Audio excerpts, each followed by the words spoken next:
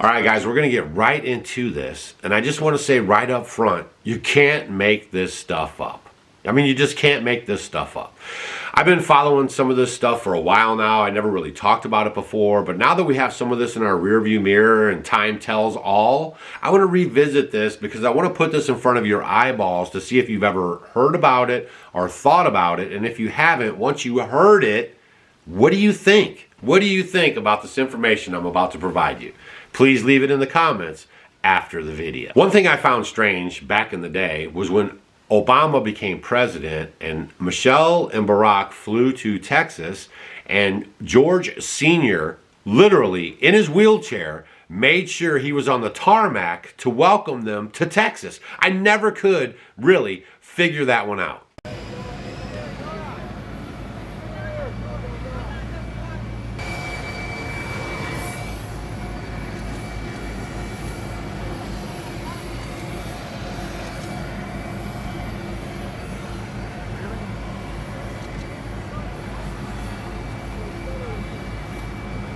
That was the clip right there, just in case you didn't believe me, of him landing on the tarmac. And boy, George Bush Sr., well, I think he looked pretty excited to see him. Now, there's also another story that they grew up together, Bush Jr. and Barack Obama, and that Bush Sr. would always give Barack Obama a piece of candy. Now, this is crazy stuff, I know, but I'm going to show you a clip of when Bush came into the funeral of his father. He comes down the aisle.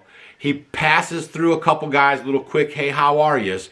And he goes aggressively to Michelle, or Michael, and he hands a piece of candy off.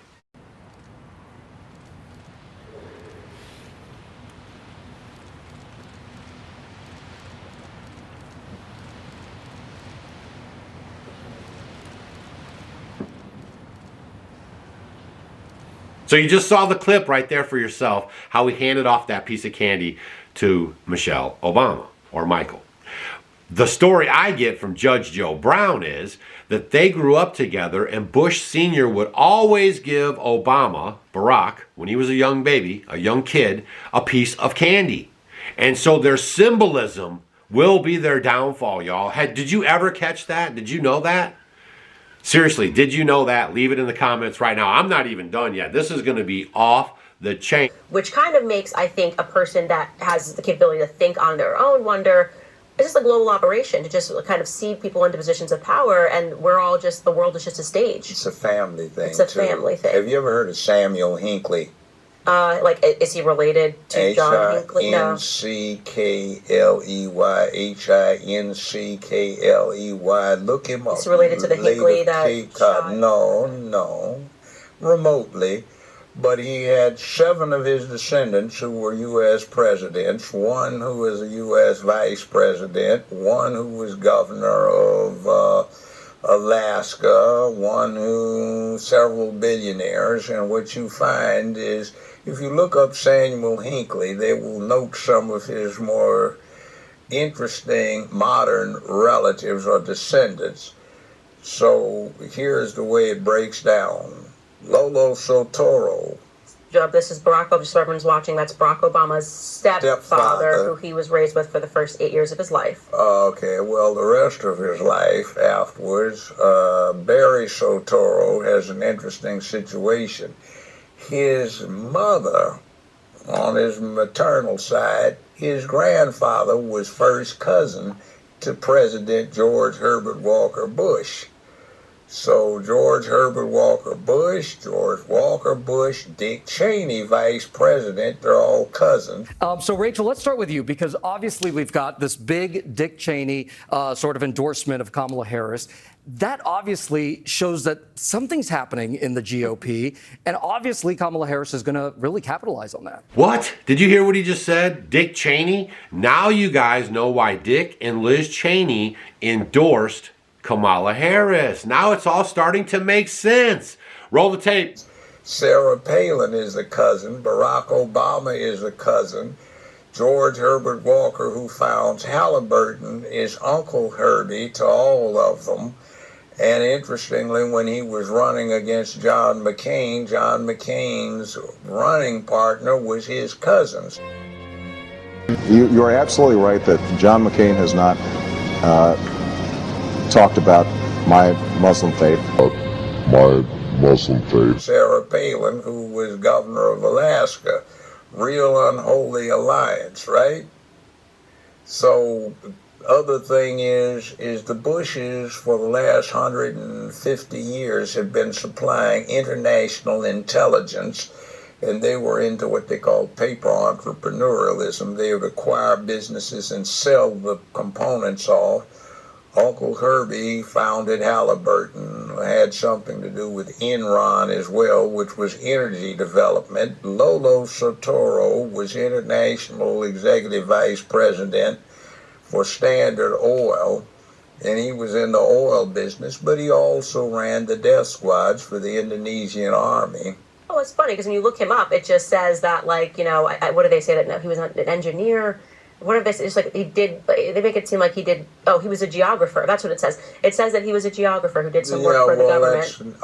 I had a brother who was into that, and the oil petroleum production was part of it. Lolo Soetoro running the death squads for the Indonesian government, so that meant you had money. Indonesia might have had access to the world's largest oil reserves as they were perceived at the time.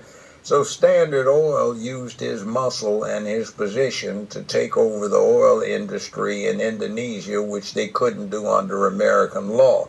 So George Herbert Walker Bush, under the auspices of Uncle Herbie, George Herbert Walker, sets up Zapata Oil. They have a family holding company, Zapata Offshore Oil, which was chartered in Kuwait, by the way. Keep that in mind. And what winds up happening is George Herbert Walker, dealt with Lolo Soetoro quite frequently on oil deals. And remember, George Herbert Walker becomes chief of the CIA under the Ford administration, and he deals with their #1 contract guy over in Asia, which when the NAM was going on, Lolo ran intelligence for the CIA under contract in China, North Korea, North Vietnam, Cambodia, Laos, and Indonesia. So Barack's grandmother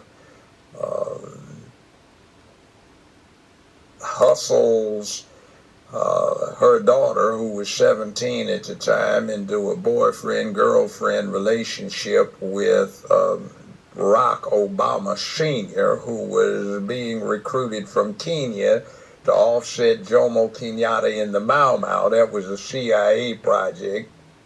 Grandmommy was vice president of a Hawaiian bank, and she distributed the funds for the CIA in the South and Northwest Pacific at the time. So what they were doing out in Hawaii. She puts him together with her daughter, who was 17 years old. Barack is born, and then they quickly go their separate ways, and then grandmommy gets daughter and hooks her up with Lolo Soetoro. And remember, grandmommy is married to President Bush's first cousin. So that's incredible. That's where you get this, and then you get... So Barack Obama's grandmother, the one who raised him in Hawaii, is married to, so his grandfather is married to... in other words, the grandfather is Bush's cousin. First cousin. Yeah, and they're all nephews to Uncle Herbie, who founded Halliburton in 1946 in Oklahoma.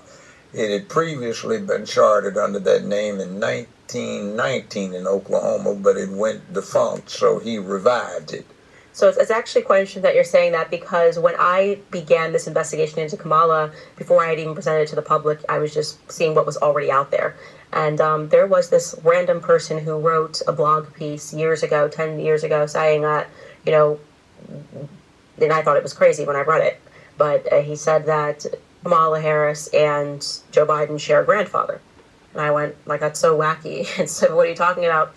But then, as we started realizing... May, that's on the Irish side. Right. The same last name, Finnegan. They actually are all Finnegans, and they...